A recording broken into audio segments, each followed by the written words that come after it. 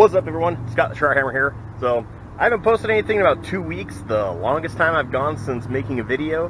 I'm sorry. thank you guys for sticking around, and also thank you to the new subscribers that have shown up in the last couple of weeks. I got a pretty good surge of new subscribers in the last couple of weeks, so thank you guys so much for joining up.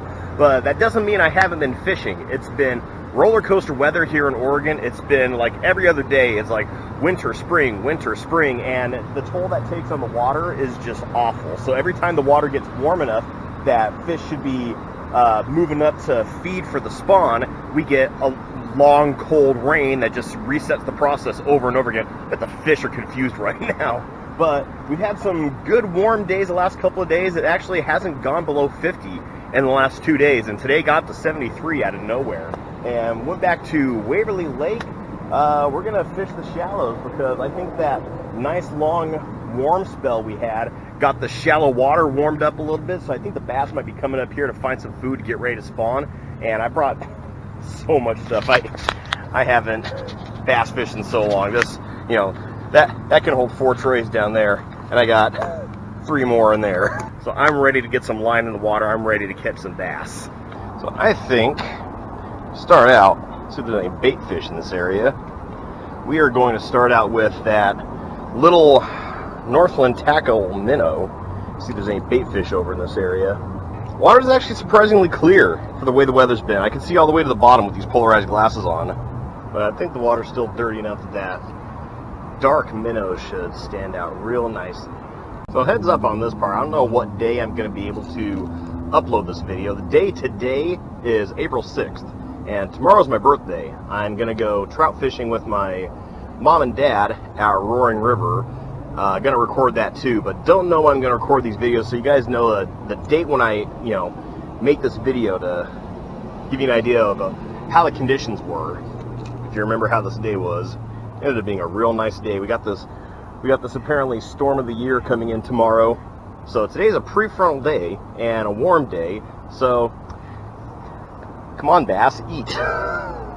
All the conditions are right for you to come up and start feeding for your spawn. The first thing we got to do is find the bait fish. So I'm probably gonna go all over this lake, trying to find bait fish first, then actually get into the bass fishing. Well, looks like something playing around over here. There we go. Yes. Bait fish ahoy. Bluegill. That is a great sign. Quick release, even better. That is my first bluegill of 2018. Alright, so we know there's fish over here. Good. Start getting a little further out on our casts. See what happens. Let's see what's over on this side. Alright, so we have one bluegill over in this area. Not really gonna consider that worth the time to sit here and try to fish for bass, because I mean one bluegill's good, but I mean I want like 5 or 6 over in this area to see if the bass are staged a little bit further out. So I'm gonna find another spot, see if the bait fish are over there. Yeah, literally walked like 15 feet down the bank and I see some bass staged up right here. Stick to the minnow for a little bit. I did see a couple more bluegill over here. I saw one of the bass chasing one of the bluegill, and a bluegill chasing it. All right, so the bass turned. They are interested. Let's up the ante. Yes. All right, heavier jig head also means I'll get some distance on these casts. So if there's smaller bass right there, larger bass should not be that far away. Well, all right. There is a giant school of bluegill right there. But then the real question becomes, why stray from what doesn't fail? But let's target the bassier side. And they just moved off that way, so I'm gonna follow them. I plan on doing a video real soon to teach you guys watercraft, to teach you guys how to read the water, see what to use, if it's fishable or not.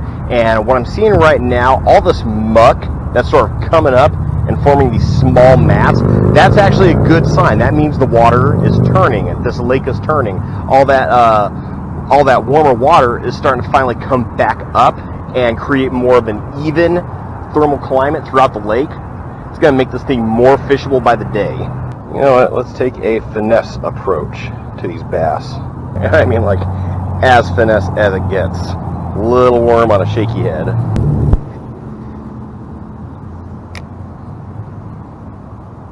I came back over to where I saw the most fish activity. You know, obviously one, because I saw the fish here, but also, I mean, if they're going to come in to feed, they're going to do it about now. The light's getting a little bit lower. Not so much sunlight coming down on the water to affect the fish, but also, you know, the bait fish are in here. That's where the bass are going to come in to eat them.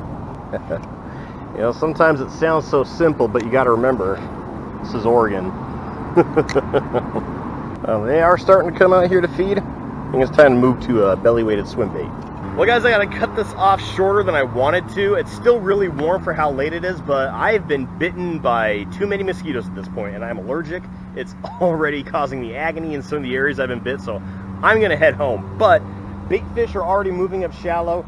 Bass should be right behind them. Still trying to pattern these things, still trying to find out where they are, where they're coming from, where they're going, but we're getting closer.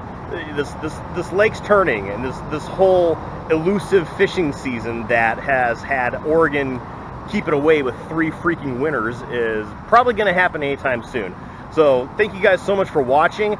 Don't forget to subscribe to see all the great content that's going to come from this channel. Thanks for hanging out with me, and as always, tips up, tight lines, and have fun fishing.